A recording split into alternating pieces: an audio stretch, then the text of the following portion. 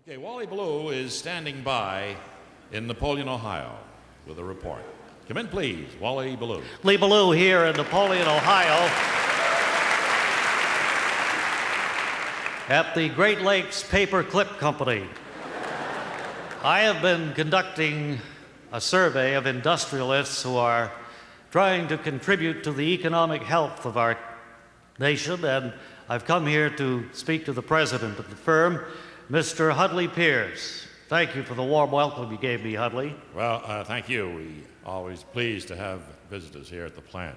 I was amazed to find such a huge factory devoted to the manufacture of such a small item as paper clips. Well, actually, we're one of the small fellows in the business. There are several companies much bigger than ours in the paperclip business, but we all have the same problems: waste, inefficiency, goofing off, so forth.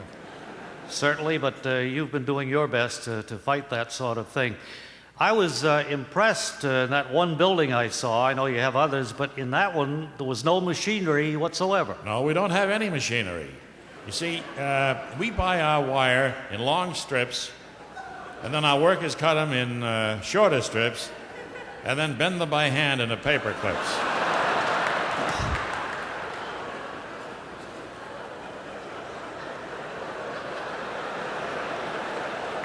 You must have to get a tremendous price for your product if it's handmade like that. No, we're actually holding the line on cost there. We sell a box of 100 for 10 cents. Wow. And here at the factory for 6 cents a box in gross lots.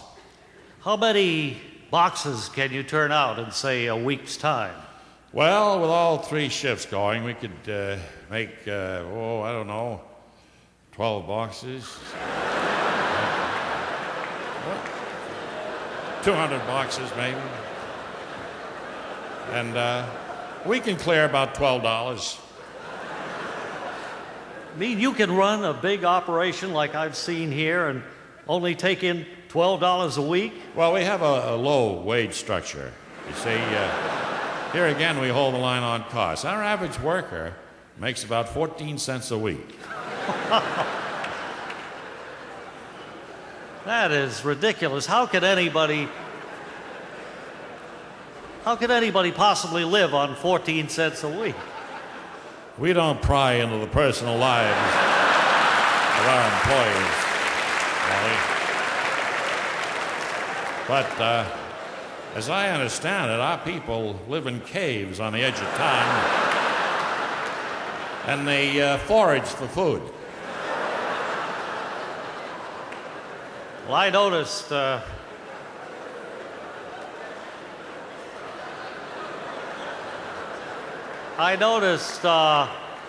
all of your employees seem to be dressed in rags.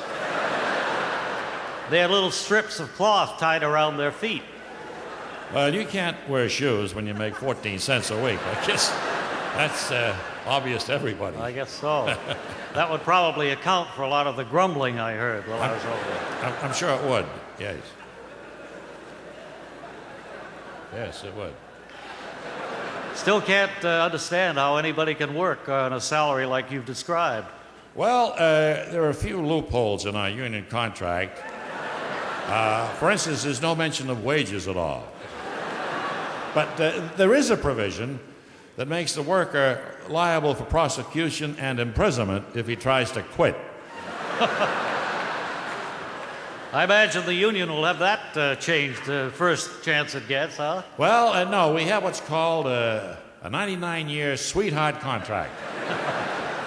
And it has 86 years to run, so we're in pretty good shape. Well, you've got some time to look ahead, Mr. Pierce, and thanks again for the welcome I got out here. A tip of our hat to you in your fight against all of this waste and corruption. Thank you very much. Hudley Pierce, the Great Lakes Paperclip Factory. Thank you.